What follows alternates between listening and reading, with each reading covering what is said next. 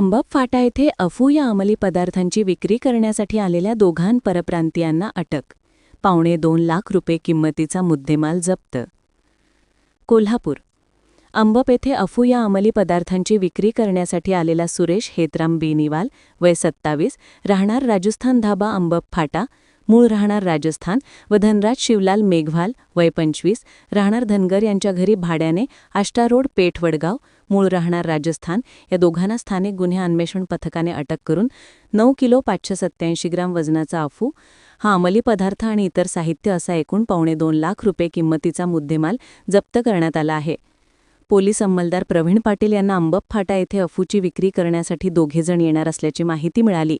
मिळालेल्या माहितीनुसार स्थानिक गुन्हे अन्वेषणचे पोलीस निरीक्षक सुशांत चव्हाण यांनी छापा टाकून कारवाई करण्याच्या सूचना दिल्या. त्यानुसार पथकातील पोलीस अधिकारी आणि पोलीस अंमलदार यांनी अंबप फाटा परिसरात असलेल्या राजमाता जिजाऊनगर गल्ली नंबर 01 येथील RCC बिल्डिंगच्या टेरेसवरील खोलीमध्ये सोमवार दिनांक 1 रोजी दुपारी 2:15च्या सुमारास छापा टाकून दोघांना पकडले. त्यावेळी त्या खोलीची झडती घेतली असता त्या खोलीत 9 किलो 587 ग्राम वजनाचा अफू हा अंमली पदार्थ आणि इतर साहित्य असा एकूण 2.25 लाख रुपये किंमतीचा मुद्देमाल जप्त करण्यात आला. या दोघांच्या विरोधात पेठ, वडगाव पोलीस ठाण्यात गुन्हा दाखल करण्यात आला. हा अफू कुठून आणला व कोणाकडून आणला याचा तपास वडगाव पोलीस करीत आहेत.